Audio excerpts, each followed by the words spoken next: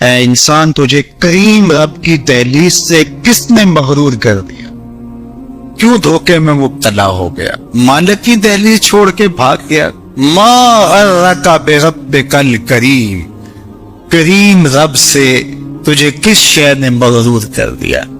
بھاگے ہوئے کو یوں بھی آواز دیتا ہے؟ کبھی پولیس کو تعاقب کرتے دیکھا ہے مجرموں کا؟ کبھی سخت گیر استاد کو شاگرد کے ساتھ سختی کرتے دیکھا ہے؟ لیکن یہاں پیار کے چھلکتے ہوئے رنگ دیکھیے، جو مالک کی دہلیز چھوڑ کے باغی ہو گیا، سرکش متمرد شیطان کے ہتھے چڑھ گئے، اس کو رحمت آواز دے گیا، وہ بھاگنے والے آ جا، تیرا رب بڑا ہی کریم ہے، تیرا رب بڑا ہی کریم ہے۔ بتا نا تجھے کس شے نے مغرور کیا؟ دولت نے، یہ 4 دن کی چاندنی ہے، پھر اندھیری رات ہے۔ حسن نے، ڈھل جائے گا، جوانی ہے ختم ہو جائے گی، اقتدار ہے آج ہے کل نہیں، تو پھر کس بل بوتے پہ تو رب سے غافل ہو گیا ہے؟ آجا پلٹ کے، آنا تو پڑے گا تجھے، بھاگ تو سکتا نہیں ہے۔ اللہ اکبر، اس کی رحمتیں بندے کو آواز دے رہی، کلا بل تکذبون بالدین، فرمایا کیوں نہیں، بلکہ تم آخرت کی تکذیب کرتے ہو۔ جو تم دنیا کو اپنا خدا بنا بیٹھے ہو، تو اس کا مطلب سیدھا سیدھا یہی ہے کہ تم آخرت کی تکذیب کرتے ہو۔ آج اثر و رسوخ سے، آج چالاکی سے، مکاری سے تم دنیا کی گرفت میں نہیں آتے، لوگوں کی نظروں میں بھی اچھے رہتے ہو، عدالتیں بھی خرید لیتے ہو اور تھانے بھی بک جاتے ہیں، آج تمہارے جرائم بھی چھپ جاتے ہیں، لیکن ایک دن ایسا آنے والا ہے جب حکم اللہ کے ہاتھ میں ہوگا، جب ترازو پورا پورا تولے گا، وہ عدالت لگے گی تو وہ عدالت 100% پورا تولے گی، انصاف ہوگا، وہ انصاف کا دن آنے کا ہے، قبل اس سے کہ وہ وقت آئے کوئی حجت باقی نہ رہے۔ تمہیں اپنی آخرت کے لیے تیاری کر دینی چاہیے۔ سورہ الانفطار ہمیں بتاتی ہے کہ ہم اپنی زندگی کو منظم کریں، اپنی زندگی کو اللہ اور اس کے رسول کے بتائے ہوئے طریقے کے مطابق بسر کریں، اور اپنے رب کی راہوں کے مسافر ہوں۔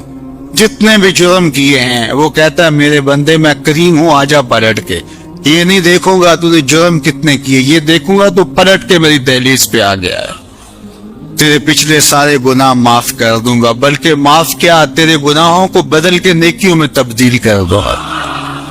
تو آ تو صحیح، میری چوکھٹ پہ ہاتھ پھیلا تو صحیح، میں کریم ہوں، تیرا رب لگتا ہوں۔ اللہ اکبر، دیکھ تیرا میرا رشتہ کتنا گوڑا ہے۔ دیکھیے ماں کا بیٹے کے ساتھ جو رشتہ ہے، دنیا کے کسی ترازو پہ اس رشتے کی پیمائش ہو سکتی ہے؟ مائیں کتنے دکھ نہیں جھیلتی، کتنی تکلیفیں گوارا نہیں کرتی، لوگوں کے گندے کپڑے دھو رہی ہوتی اپنی اولاد کا پیٹ پالنے کی۔ ماں کے سینے میں یہ پیار کیوں ہے؟ آپ سب کا ایک جواب ہوگا، اس لیے کہ ماں نے اولاد کو جنم دیا ہے۔ جس ماں نے جنم دیا ہے وہ اتنا پیار کرتی ہے، تو جس رب نے خلق کیا ہے وہ کتنا پیار کرتا ہے۔ تو جنم دینے والی کے پیار کا ٹھکانہ کوئی نہیں، تو جس نے دستے قدرت سے بنایا ہے، جو خالق ہے، اس کا بندے کے ساتھ کتنا پیار ہے۔ تو ماں کی گود چھوڑ کے بچہ بھاگ جائے، کتنا بھی نالائق ہو، ماں انتظار کرتی ہے، پتر آ جائے، اتنی ٹھنڈی چھاؤں کہیں نہیں ملے گی۔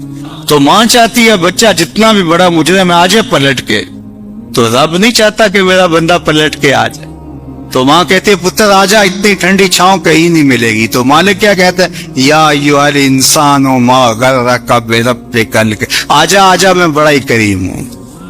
میں یہ بھی نہیں کہوں گا کہ تو نے یہ جرم کیا تھا، تو آ گیا یہ کافی ہوگا، تیرا آنا ہی میری خوشنودی کا باعث ہے کہ تو پلٹ کے آ گیا ہے۔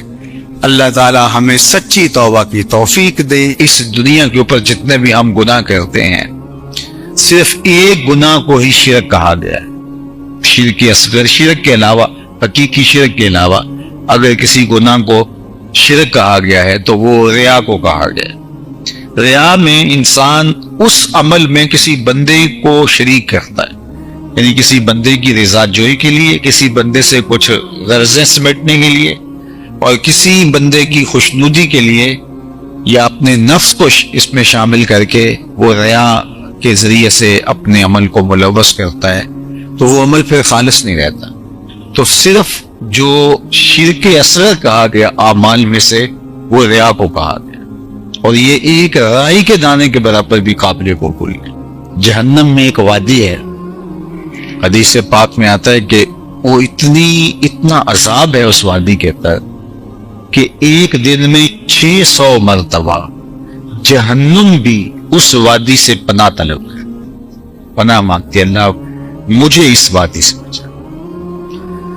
600 مرتبہ ایک دن میں جہنم اللہ سے عرض کرتی ہے مالک مجھے اس حصے سے بچا کے رکھنا، 600 مرتبہ ایک دن میں۔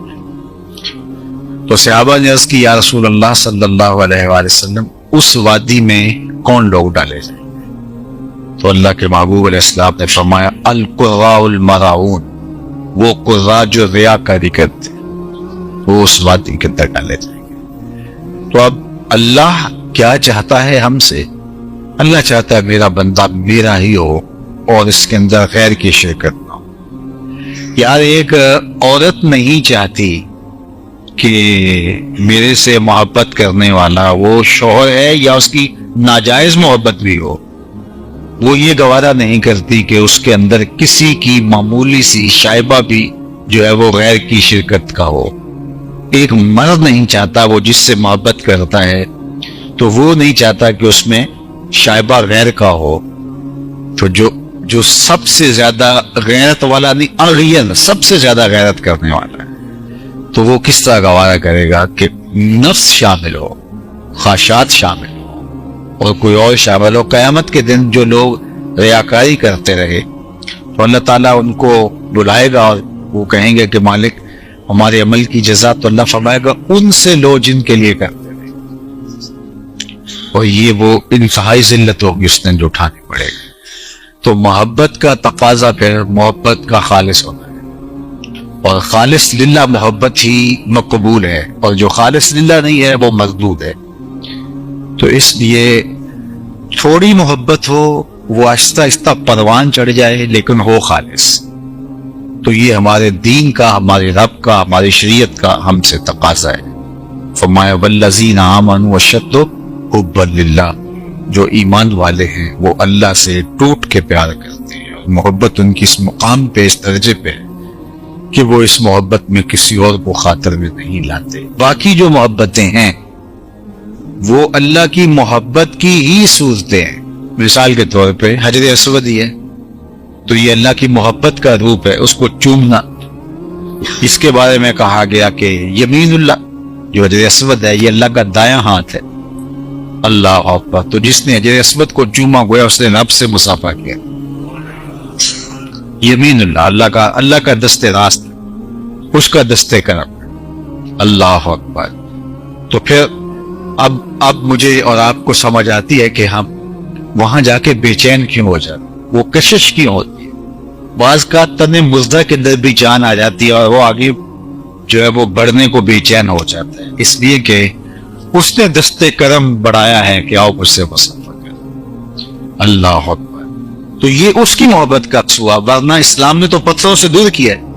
آپ اسلام کا مزاج پڑھیں، اسلام نے پتھروں سے بندوں کو دور ہٹایا ہے، لیکن اس پتھر کے نیڑے کیا جا رہا ہے۔ تو یاد اس کے ساتھ ایک پتھر منسوب ہو جائے تو اس کی محبت اللہ کی محبت ہے، اور حضرت خلیل اللہ کے قدم لگ جائیں تو وہ اس کی محبت اللہ کی محبت ہے۔ حضرت ہاجرہ کے قدم لگ جائیں تو اس پتھر کی محبت اللہ کی محبت کا عکس اور جمال ہے۔ تو پھر رسول اللہ کی محبت اللہ کی محبت کا رنگ کیوں نہیں ہوگی؟ تو پھر اللہ اور اس کے رسول کی محبت ایک ہی محبت ہے۔ تو اللہ اور اس کے رسول سے محبت کرنے کی پھر ترغیب ہمیں شریعت میں جو ہے وہ ملتی ہے۔ تو پھر اللہ اور اس کے رسول سے شدید محبت یہ تقاضا ایمان ہے، اور اللہ ہم سے چاہتا ہے کہ ہم اس سے بھی پیار کریں، اس کے محبوب سے بھی پیار کریں، اور اس کے محبوبوں سے بھی پیار کریں۔ دیکھیں میری اولاد ہے تو میری اولاد کسی کو تعظیم دے تو میں اس کو گوارا کروں گا، آپ کی اولاد تعظیم دے گوارا کریں گے، لیکن باپ والی تعظیم کسی کو دے تو وہ تو آپ گوارا نہیں کریں گے، میں بھی گوارا نہیں، چونکہ یہ تو اللہ نے مجھے اور آپ کو اعزاز دیا ہے نا۔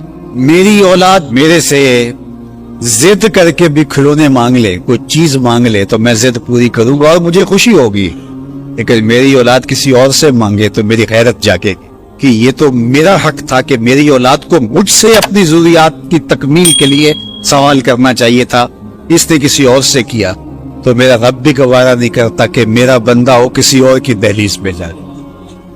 کہا تمہارے جوتے کا تسمہ بھی ٹوٹ جائے تو اپنے رب سے مانگو، وہ تمہیں دینے والا ہے، تمہاری ضرورتوں کی تکمیل کرنے والا ہے، یہ تمہارا رب گوارا نہیں کرتا۔ اللہ اکبر۔ حضور نے سوال کرنے سے منع کیا۔ حضرت ابو بکر صدیق رضی اللہ تعالی عنہ سواری پہ بیٹھے تو ہاتھ سے کوڑا گر گیا، تو آپ گھوڑا کھڑا کیا، نیچے اترے، کوڑا اٹھایا، پھر بیٹھے، تو کسی نے کہا کہ یہ آپ فرما دیتے، ہم پکڑ کے آپ کے ہاتھ میں دے دیتے۔ کہا حضور نے سوال کرنے سے منع کیا۔ یہ ہیں وہ لوگ جو عمل کرنے والے ہیں، اور ہم تو باتیں کرنے والے ہیں۔ والذین آمنوا اشد حبا للہ، اور جو اہل ایمان ہیں وہ اللہ کو ٹوٹ کے چاہتے ہیں، شدید، بلکہ شدید سے آگے اشد ہے لفظ، یہ طلبہ جانتے، اس میں تفضیل ہے۔ جو اہل ایمان ہیں وہ اللہ سے ٹوٹ کر محبت کرتے ہیں، محبت کی جو آخری حد ہے، اور یہاں محبت میں اشد کا لفظ کہہ لیے، دوسرے لفظوں میں اس کو عشق کہہ سکتے ہیں۔ جو اہل ایمان ہے وہ رب سے عشق کرتے ہیں، وہ رب سے ٹوٹ کر محبت کرتے ہیں۔ اشد حب للہ، شدید محبت نہیں، اشد محبت۔ اشد محبت سے آگے تو کوئی درجہ ہی نہیں، تو وہ کتنی محبت کرتے ہیں، تبھی تو جانے وار دیتے ہیں اس کے نام پہ، اس کے حکم پہ گردنیں کٹواتے ہیں۔ یہ ہے شدید محبت کا روپ، اس کا حکم ہوا جیسا ہوا۔ ذرا دیکھیے یہ کتنے لوگ ہیں، آپ کوئی شہر سے آیا ہے، کوئی دیہات سے آیا ہے، کوئی دوسرے شہر سے آیا ہے، کوئی گلیوں سے نکل کے آ گیا ہے، تو یہ کیوں باغے باغے آ رہے ہیں؟ آج کل تو کسی کے پاس 10 منٹ نہیں ہے، تو آپ کہیں گے جمعہ ہے، رب کا بلاوا ہے، آگے۔ یہاں میں چاہوں تو 1 گھنٹہ تو گفتگو کروں، آدھا کروں، آپ بیٹھے رہیں گے، پھر چلے جائیں گے۔ ابھی گھر جا کے کمر سیدھی نہیں ہوگی تو پھر مسجد سے بلاوا ہے، آپ پھر بھاگے چلے آئے۔ تو وہ مالک اس محبت کی لاج رکھنے والا ہے۔ یار اللہ سے محبت بہت بڑی دولت ہے، آج اللہ سے محبت ہم بھول گئے ہیں۔ حضور علیہ الصلوۃ والسلام کی محبت بھی اللہ کی محبت ہے، یہ بات ذہن میں رکھیے۔ اس کا یہ مطلب نہیں ہے کہ کوئی شخص حضور کی محبت کی نفی کر دے اللہ کی محبت کا نام لے کر، جس طرح کے ایک فکر ایسی بھی موجود ہے، لیکن دوسری جانب بھی کچھ ایسی صورتیں اتر گئی ہیں کہ حضور کی محبت اس کا نام لیا جاتا ہے اور اللہ کی محبت بتدریج دلوں سے اس طرح سے ختم کر دی گئی۔ اہل ایمان اللہ سے ٹوٹ کے محبت کرتا۔ تتجافا جنوبہم عن المضاجع، اور اللہ کی محبت کی وجہ سے راتوں کو ان کی کروٹیں بستروں سے الگ رہتی، وہ خوف اور طمع میں رب کو پکارتے، کبھی قیام میں، کبھی سجود میں، کبھی رکوع میں، کبھی تسبیح کرتے ہوئے، کبھی تہلیل کے ترانے پڑھتے ہوئے، اس کا مبارک نام لیتے ہوئے۔ تو اس کے ذکر سے اس کی محبت کا اظہار ہوتا ہے۔ نماز پڑھو تو ڈوب کے پڑھو، سجدہ کرو تو ڈوب کے پڑھو، گویا تم اپنے مالک کی دہلیز پہ اپنا سر رکھ دیا ہے، اور پوری تندہی کے ساتھ اس کے حضور سجدہ ریزیاں کرو، چونکہ وہ ہمارا خالق ہے۔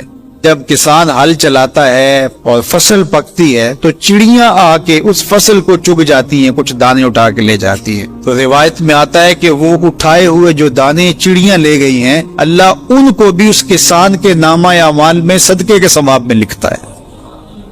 تو یہ دین ہے ہمارا۔ ما وعدہ فی امرا صدقہ، جو تم کمائی بیوی کو لا کے دیتے، اس کے منہ میں رکھتے، برگر کھلاتے ہو، تو بیوی کو جا کے تم جو چیز کھلاتے ہو لا کے، اور اس سے وہ خوش ہوتی ہے اور تمہیں بھی اس سے مسرت ہوتی ہے، تو فرمایا کہ وہ جو تم نے کمائی کر کے لقمہ لا کے بیوی کے منہ میں دیا اور وہ خوش ہوئی، تو فرمایا تمہارا وہ بھی نامہ اعمال میں صدقے کے کھاتے میں لکھا جائے گا۔ تمہارا دین تو کتنا آسان دین ہے، تمہارا دین تو اتنا اچھا دین ہے، صرف یہ ہے کہ نیت کے فرق سے میں نے کہا چور اور چوکیدار بنتا ہے، اس نیت کے قبلے کو درست کرنا ہے، اس لیے اس کو سن سے دین کہا گیا ہے، انما الاعمال بالنیات۔ تو ہم اس کے لیے جیتے ہیں. میری زندگی کا مقصد تیرے دین کی سرفرازی, میں اسی لیے مسلمان, میں اسی لیے نماز. بات ختم. ہم بس اسی کے لیے جی رہے ہیں. اسی کا حکم ہے اپنی اولاد کی اچھی تربیت کرو, ان کو دین کے سپاہی بنانا ہے, اس کو اللہ کے مطیع اور فرما بردار بندے بنانا ہے. اس کے لیے جو تم کوشش کر رہے ہو تمہارا یہ صدقہ لکھا جا رہا ہے. تم مجاہد فی سبیل اللہ ہو. تم اپنی اولاد کے لیے اس لیے کمائی کر رہے ہو کہ ان کو جو ہے وہ اللہ کا ایک مطیع بندہ بنانا ہے. تم اپنے ہمسایوں کے ساتھ اس لیے سلوک کر رہے ہو کہ ہمسائے اور اللہ رسول کا حکم ہے اور میں نے ہمسایوں کے ساتھ اچھا سلوک کرنا ہے. تم رشتہ داروں کے ساتھ نبھا رہے ہو ان کے تلخ رویوں کے باوجود بھی کہ اللہ رسول کا حکم ہے لہٰذا میں توڑ تو نہیں سکتا, لہٰذا اللہ اس کا بھی تمہیں اجر عطا کرے گا. ان تلخ رویوں کا تمہیں تمہارے نامہ اعمال میں اجر و ثواب لکھا جائے گا جو تم سہتے ہو اور برداشت کرتے ہو. تم سردی سہتے ہو, تم گرمی سہتے ہو, تم مشکلیں سہتے ہو, تو یہ ساری تمہارا دین ہے. کیونکہ تمہارے دین کو اللہ نے بہت خوبصورت بنایا ہے. تمہارا دین اور تمہاری دنیا الگ نہیں ہے. ایک صحابی کو حضور نے دیکھا کہ وہ بہت کمزور تھا. فرمایا کہ تمہاری یہ کیا حالت ہے, تم اتنے کمزور ہو؟ اس نے کہا میں نے اللہ سے ایک دعا مانگی تھی, شاید وہ قبول ہوگی. فرمایا کیا ہوا؟ میں نے دعا مانگی تھی اللہ جو آخرت کے حصے کے دکھ ہے وہ بھی دنیا پہ بھیج دے اور میری آخرت صاف ہونی چاہیے. تو شاید میری دعا قبول ہو گئی ہے. مجھے بہت ساری بیماریاں, دکھ اور اذیتیں ہیں جنہوں نے مجھے گھیر رکھا ہے. تو اس پر حضور خوش ہونے کی بجائے اسے ناراض ہو کے کہا کہ تو نے یہ کیوں کہا کہ آخرت کے حصے کے دکھ دنیا پہ آ جائیں؟ تو نے یہ کیوں نہیں کہا ربنا آتنا فی الدنیا حسنۃ وفی الآخرۃ حسنہ, اللہ مجھے اس جہاں میں بہتریاں دے دے, اس جہاں میں بہتریاں. تو یہ زندگی اچھی جیے, اچھی سواری, اچھی بیوی اور کشادہ مکان انسان کی خوش قسمتی سے, مسلمان کی, مومن کی خوش قسمتی سے بتایا گیا ہے. اچھا اللہ آپ کو گھر دے, اس میں آسودہ رہیں. اللہ آپ کو اچھی فرما بردار نیک صالحہ بیوی دے, بہت اچھی بات ہے. اللہ آپ کو اچھی گاڑی دے دے تو اس میں کوئی گناہ نہیں ہے, کوئی برائی نہیں ہے, اچھی بات ہے. یہ نہیں ہے کہ دین یہ ہے کہ آپ اپنے تان کے کپڑے بھی اتار کے پھینک دے اور سردی میں ننگے ہو کے بیٹھ جائیں, یہ کوئی دین ہے, یہ نہیں ہے. ہمارا دین کیا ہے؟ تمہاری نیت کا قبلہ درست ہو. تمہیں جو ملتا ہے تھوڑا یا زیادہ اس پہ تم راضی ہو. تھوڑا ملے تو پھر بھی مالک تیری مرضی میں اس پہ راضی ہو, اور زیادہ ملے مالک میں تیری مرضی پہ اور تیری عطا پہ راضی ہو. تھوڑا ملے تو صبر کرے, زیادہ ملے تو بانٹنا شروع کرے, بات ختم ہو گئی. اور کاروبار کرے تو اللہ کی رضا کے لیے جائے اور بچوں کو ایک اچھی تربیت کی نیت سے گھر سے نکلتا ہے. حتیٰ کہ جو کاروبار کرتے ہوئے مشقتیں آتی ہیں, ٹینشنیں آتی ہیں, پریشانیاں آتی ہیں, جھٹکے لگتے ہیں انسان کو, گاہک کے رویے کی وجہ سے کسی نے ادھار لے لیا, وہ پیسے نہیں دے رہا, بار بار اس کو کہنا پڑتا ہے, اس کے سخت اور تلخ رویے ہیں. یہ جو جھٹکے اور تکلیفیں اور جو ٹینشنیں آتی ہیں اس تاجر کو اللہ کی جانب سے اس کا بھی ثواب عطا کیا جاتا ہے. تو یہ کتنی کرم نوازی ہے اس کی اور کتنی رحمت ہے اس کی جو اللہ تعالیٰ نے اہل ایمان